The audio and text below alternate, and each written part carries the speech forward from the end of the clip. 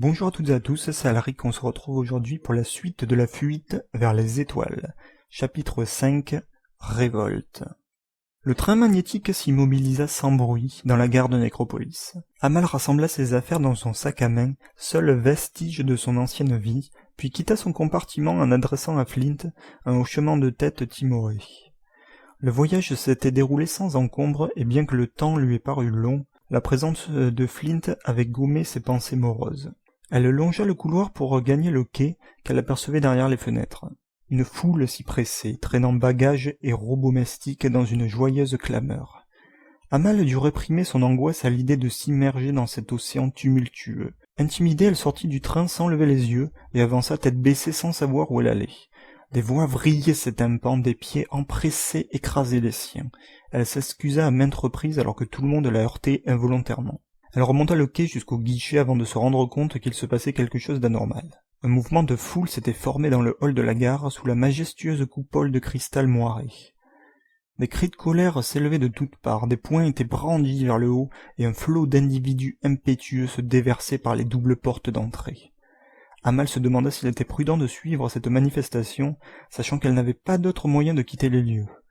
Pour rejoindre la surface, il fallait qu'elle se rende à la Sphère, siège du gouvernement mondial. Or, elle ignorait tout de Nécropolis et craignait déjà de se perdre à la sortie de la gare. « À bas la Sphère! À bas la Sphère! Ils n'écoutent pas nos revendications !»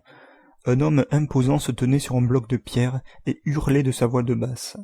Il portait autour du cou une chaîne à laquelle était suspendu un écran vidéo retranscrivant le discours de la veille du président Hodar. Amal avisa une jeune femme du même âge qu'elle, terrifiée, attendant à l'écart que le mouvement se désagrège.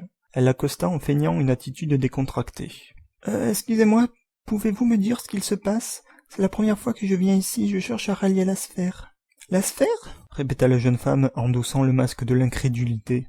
« Elle se trouve juste de l'autre côté du parvis, dehors. Vous ne pouvez pas la rater, c'est l'édifice le plus grand de la ville. Quant à ces gens, j'imagine qu'ils n'ont pas apprécié le discours tenu par le président. Je sens que ça va mal tourner, cette histoire. » Qu'a donc déclaré le président pour engendrer de ces réactions virulentes? Oh, il a révélé un projet consacré à Kaibinos, l'exoplanète dont le monde entier parle en ce moment. Si la population a approuvé cette partie du discours, elle n'a pas digéré la suivante. Personnellement, cela ne m'affecte pas, mais il semblerait que la dirigeante de la résistance, une certaine Angelina Kurt, ait été tuée par l'armada il y a 2 jours. La coalition se serait donc disloquée. Des résistants venus d'autres villes ont fait le déplacement pour aller exprimer leur ressentiment envers la Sphère. Je suis arrivé au mauvais moment, dirais. Comment pourrais-je entrer dans la Sphère sans qu'on me prenne pour une résistante? À votre place, je patienterai. La situation devient critique, ridicule même. Mais si le gouvernement emploie l'armada pour calmer les résistants, ça risque de se terminer en bain de sang. D'accord, merci madame. Amal sentit une nouvelle assurance prendre racine en elle. Pourquoi devoir s'excuser à tout bout de champ quand personne n'en prenait la peine? Elle replongea dans le torrent humanoïde en marchant résolument vers la sortie. Jamais l'idée ne lui serait venue à l'esprit qu'un conflit s'opérait à la capitale. Elle n'avait jamais entendu parler de la résistance, tout au plus avait-elle imaginé que des opposants au gouvernement existaient dans l'ombre. La jeune femme avec qui elle venait de converser avait raison. Approcher la Sphère ce jour de rébellion n'était que folie. Pourtant la graine de confiance qu'elle ressentait désormais éveillait un germe d'intérêt dans sa conscience. Elle n'avait plus de contraintes. Nul n'allait venir la chercher pour la ramener chez ses odieux parents et la claquemurer dans sa chambre. Liberté. Un souffle de vie déferlait sur les steppes arides de son cœur. L'univers des possibles lui était accessible. Elle avait le choix d'aller où elle le désirait. Liberté. Un mot qui prenait à présent tout son sens. Un mot dont la sonorité lui sifflait une promesse d'avenir. Un mot devenant écho de son âme, de ses aspirations. Un mot enfin qui représentait le plus beau cadeau que la volonté lui ait jamais fait. Son sentiment d'allégresse se délita dès qu'elle se retrouva à l'extérieur. Le parvis s'étendait tout autour de la base de la Sphère, large d'une 50aine de mètres.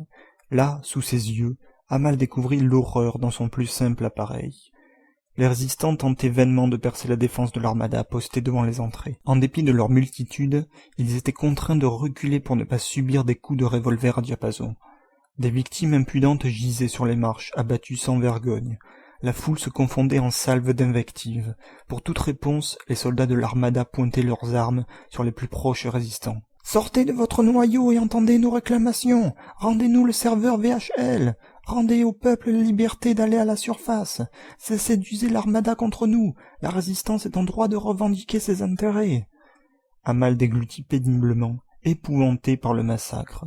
Elle aperçut des silhouettes penchées aux fenêtres de la sphère au-dessus d'elle, et songeait au président Oudar. N'éprouvait-il pas une certaine détresse à cet instant, tandis que les tensions s'envenimaient? Elle ne comprenait pas pourquoi la résistance distillait une telle haine pour un gouvernement qui travaillait en faveur d'un avenir favorable. Comment était-il arrivé à ce point? Elle fit semblant de demeurer sourde aux détonations effroyables qui déchiraient l'atmosphère électrique. La seule solution pour pénétrer dans la sphère restait de trouver un accès dérobé, du moins à l'opposé de la gare. Amal entreprit de contourner l'édifice en circulant sous les tonnelles illuminés, sa main tremblante agrippée à la anse de son sac. Elle ne remarqua pas l'homme qui la suivit subrepticement.